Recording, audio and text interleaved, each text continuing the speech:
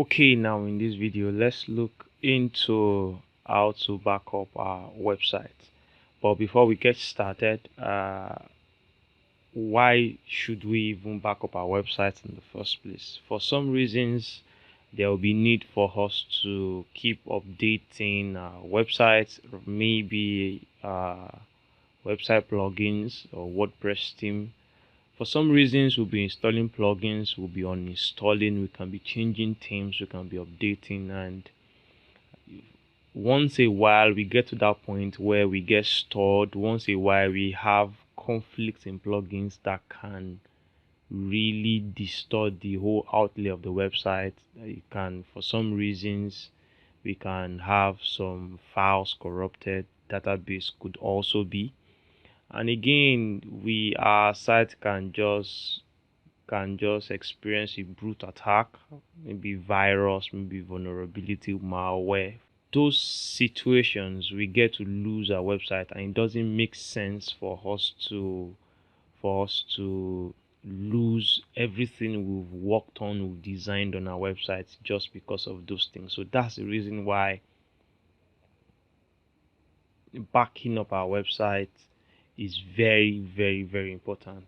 For some people, your web hosting will provide you that provision of backing up your website, but they charge you a good amount. Like my web hosting charge $150 for every backup of my website, and that's quite a lot of money. But in this video, I'm going to be showing you exactly how to back up your website and how to get that done with a free plugin. And again, it's not just enough for you to back up your website once. There is a need for you to constantly back up your website. So in this video also, I'll be showing you exactly how to automate your backup.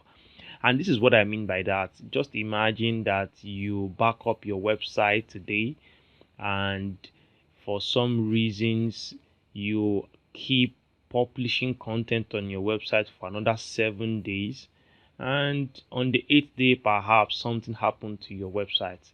So it means that if you want to restore the backup you have, and that will be like 7-8 days ago, it means you've lost everything that you have worked hard on for those 7 days, and that's not quite good. To make sure that you are backing up your website constantly such that you can have a very fresh backup anytime there's a need for you to restore your website. And I know that's quite difficult for you to always manually kind of do. So in this video again, I'll be showing you how to get that done. For us to install this plugin, definitely we have to come to our dashboard. I have it open here in another tab, and we'll come to a place called plugins, and we're going to add new. We'll be searching for a plugin called Updraft. Okay, yes, we have Updraft WordPress backup plugin, and if you check very well, you see that this plugin has 2 million active installations, and that's huge, and that's to let you know that this is a very valuable plugin. So we would have to install this plugin now. Installation is done, and the next thing for us to do is to activate. Okay, so now this is Updraft installed here, and then we would go to settings. Okay, now you would see that we have the option to back up our website now. But before we do that, I want us to do something very important first, and that will be for us to go to our settings. And now I want us to come down to this place, this section where we have to choose our remote storage.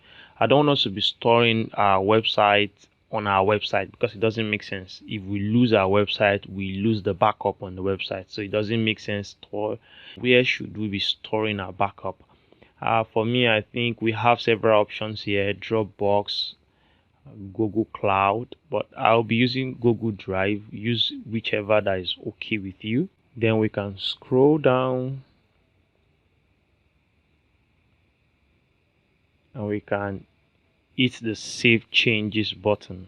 Immediately I did the save, there is a prompt here, and we have to authorize Updraft to store our files on Google Drive. Google cannot just allow Updraft to access our Google Drive. Doesn't make sense, right?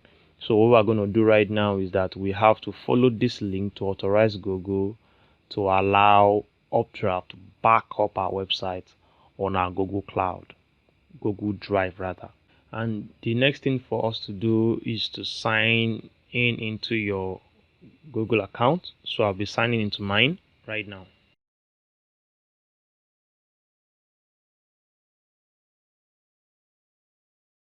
Okay, then we have this prompt. The most important thing for us to do is to allow. And then finally, the next thing for us to do is to complete setup. Fantastic. Now we have Updraft synced with Google Cloud. So the next thing we can do right now, since we have that done, is to take a backup. So now let's take a backup of our website. Always make sure that send this backup to remote storage is ticked, because that's the only way you are backing up your website on Google Cloud. And that's the reason why I insisted that we integrate this plugin with our Google Drive before we take any backup. So now let's back up our site. Okay, we just did the backup for our website, and if you come down right now, you'd realize that we have a backup here. Okay, before we celebrate too much what we have done, like I did mention earlier, it's not enough for us to have this backup done once. We have to ensure that it is something that happens regularly. So right about now, I want us to go back to settings again, and you see directly underneath, you see that we have the options to choose to schedule our backup.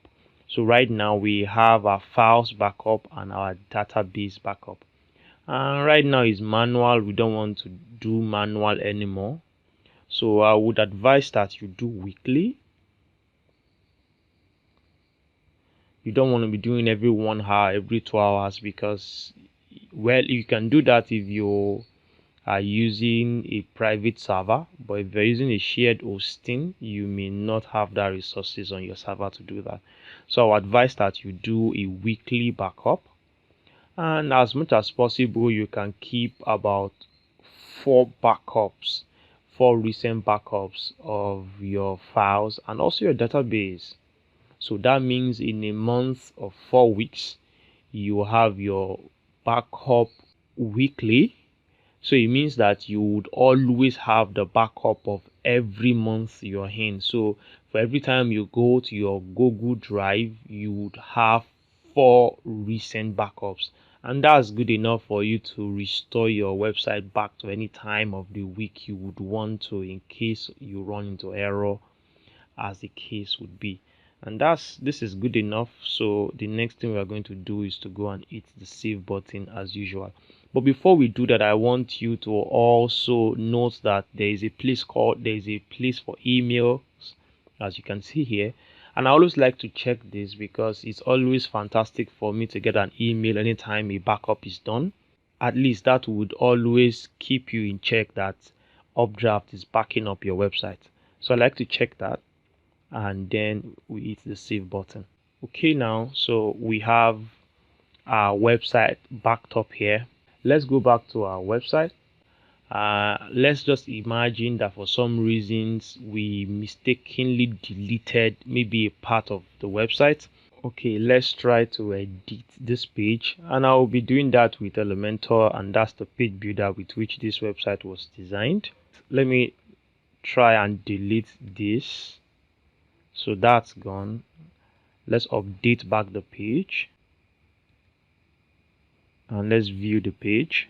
Okay, so for some reason we lost the home page banner, and now we want to restore this back.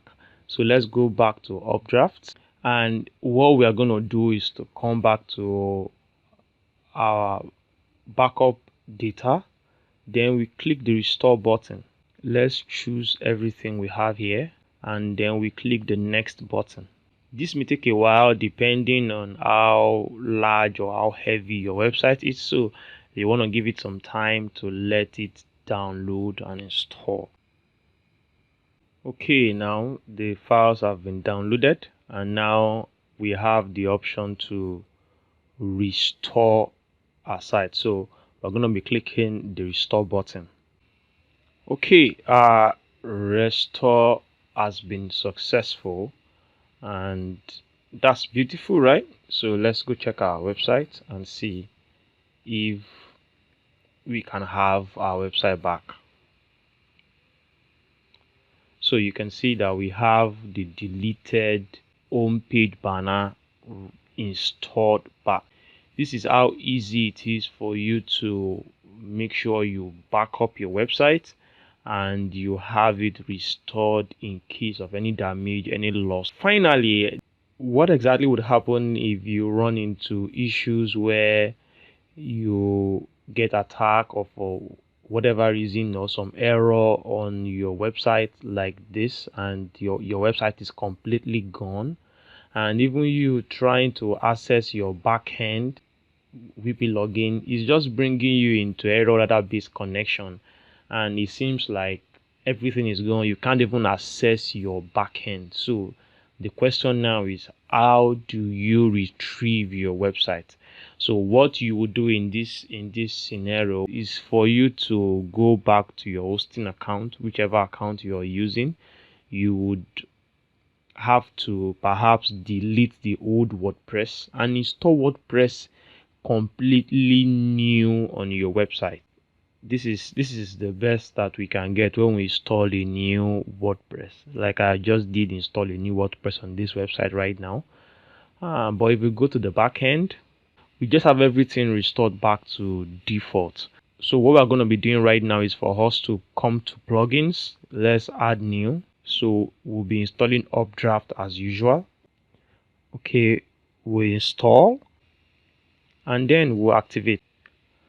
Okay, now we have Updraft fully installed, and as usual we'll go to our settings.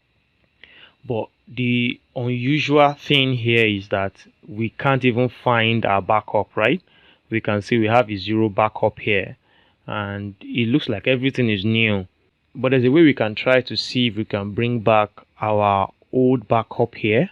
Okay, now let's go back to settings and let's try to integrate this with Google again, and we hit save button. As usual, we'll get this prompt. So let's try to give Google access to our Updraft again. We are going to allow Updraft again. So we click the allow button. So we complete the setup by clicking the box. After doing that, we still cannot find our backup. But what we can do is that we can rescan our remote storage. Okay, so let's try and do that again and see. Voila! We have our previously backed up website back, and we have the restore button, and that's what we are going to do now. We'll click the restore button, and that's exactly how you can make good use of Updraft to restore your website regardless of whatever could have happened to your website, even if you cannot gain access to your backend, your front end. So here is Updraft. I'm warning you to be very careful that this file was not gotten from this current WordPress installation but was found on the remote server. But regardless, we have to restore. Oh, right about now our restore is successful. Let's go back to our website to check and see if we have our old website back. Bingo, we have our website back live and direct. Please make sure that all your settings are intact.